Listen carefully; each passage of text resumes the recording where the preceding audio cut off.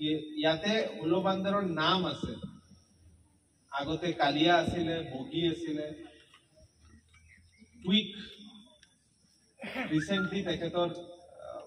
এটা নিউজ পালো কিন্তু এটো এটা এনেকুৱা ধৰণৰ বস্তু যেটো মোৰ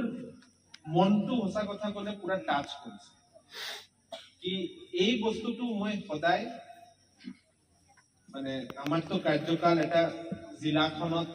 এটা টাইমৰ কাৰণে থাকে তাৰ পিছত আমি বেলেগ বেলেগ জায়গাত গৈ থাকো কিন্তু হসা কথা কৈছো ইয়াতে বাৰেকুৰি অঞ্চলত কি এই বাৰেকুৰিৰ যেটো মানুহৰ লগৰ উলবান্দৰৰ সম্পৰ্ক এটো মোৰ মনত সদায় থাকিব আৰু এটো এক্সাম্পল মই যতে যাও তাতে দি থাকিম তাৰ পিছত যোৱা আগষ্ট মাহত এই বাৰেকুৰিৰ ষ্টৰী মন কি বাততো আহিল Honorable Prime Minister of India Barekuri আপোনালোকৰ যেটো ইনিশিয়েটিভ বাৰেকুৰি ৰাইজৰ এটো একদম ইন্ডিয়া লেভেলত এটো এটা স্বীকৃতি পালে তাৰ পিছত আপোনালোক সবে অসমৰ এটো এটা উন্নতম উচ্চতম বঁটা অসম গৌৰৱ বঁটাৰ আপোনালোক সবে এজন অধিকাৰী এজন প্ৰাপ্তি So এটোৰ কাৰণে এটো এটা ফাৰ্স্ট এক্সাম্পল কি এটা গাঁৱে অসম গৌৰৱ বঁটা পাইছে আজিৰ দিনটো এটা ইম্পৰ্টেন্ট দিন কি মই বহুত দিনৰ পৰা ভাবি আছিলো কি আমাৰ এটা প্ৰবলেম থাকে কি এটা অঞ্চলতে যদি এটা আইসোলেটেড পপুলেশন হৈ থাকে তেতিয়া লাহেকে এটো সংৰক্ষণটো অলপ চ্যালেঞ্জিং হৈ যায় চ্যালেঞ্জিং হৈ যায় আপোনালোকে গম পাই ইনব্রিডিং ডিপ্রেশন হয় জিনটো লাহে লাহে বেয়া হৈ থাকে জিনটো জেনারেশন বাই জেনারেশন উইক হৈ থাকে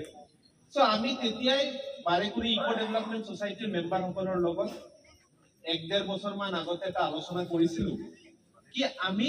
বাৰেকুৰি অঞ্চলৰ যিমান উলবান্দৰ আছে তেওঁলোকৰ মবিলিটিটো কেনেকৈ বঢ়াব পাৰো কি তেখেতসকলে যাতে বাকি উচৰ পাছলৰ যিমান উলবান্দৰ পপুলেশন আছে বনত তেওঁলোকৰ লগত যাতে মিক্স এণ্ড মেচ হ'ব পাৰে সো বহুত আমি আলাপ আলোচনা কৰিলো গৱেষণা কৰিলো আগৰ ডিএফও দিগবয় টিসি ৰঞ্জিত ৰাম ডাঙৰীয়া তেখেতেও বহুত ইন্টাৰেস্ট দি পেলাই মোক কিছুমান লিটাৰেচাৰ দিলে তেখেতে এটো সাজেস্ট কৰিলে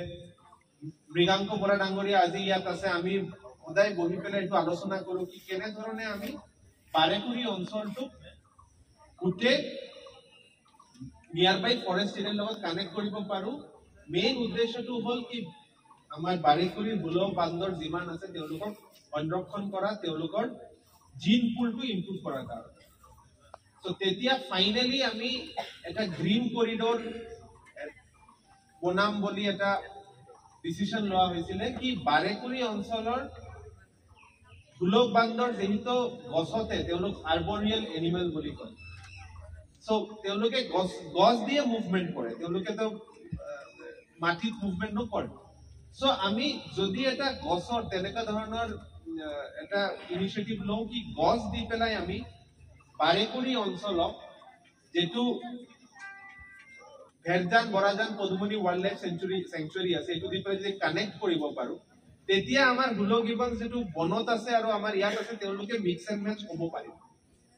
সো এই চিন্তা চৰ্চা লৈ পেলাই আমি এই প্ৰজেক্টটো ভাবিছিলো আৰু তাতে আকৌ আৰু এটা কথা আহিল কি ইমান 7 কিলোমিটাৰ মান দূৰ যদি যায় অকল মুভমেন্ট তো নহয় তেওঁলোকৰ খানাটোও লাগিব সো আমি প্ল্যানিংটো এনেকা কৰিছো কি এটা হ'ব কি মুভমেন্ট যেটো গ্ৰীন কৰিডৰ এটোৰ কাৰণে আমি আমাৰ ভিডিও ডাঙৰীয়া আমি সিও জিলা পৰিষদ ডাঙৰীয়াক আমি মাতিলো কি এটো কেনেকৈ আমি ইমপ্লিমেন্ট কৰো তাৰ পিছত এমজিএমৰেগাৰ অধীনত প্ল্যান্টেশনৰ এটা স্কিম আমি ধৰিলো কি এমজিএমৰেগাৰ কনভাৰ্জেন্সত এই গ্ৰীন কৰিডৰটো বনোৱা হ'ব বাৰেকুৰিৰ পৰা Bherjan Borajan Padumoni wild life century লৈকে ইতিমধ্যে ফৰেষ্ট ৰেঞ্জাৰ ডাঙৰীয়াই গুটে স্কেচ বনালে কি এনেকুৱা ধৰণে আমাৰ গ্ৰীন কৰিডৰটো দিয়া হ'ব আমি ওপৰতো ইতিমধ্যে বন বিভাগক অৱগত কৰিলো কি এনে ধৰণৰ এটা পদক্ষেপ বাৰেকুৰি ইকো ডেভেলপমেন্ট সোসাইটি জিলা প্ৰশাসনৰ সহযোগত লৈছে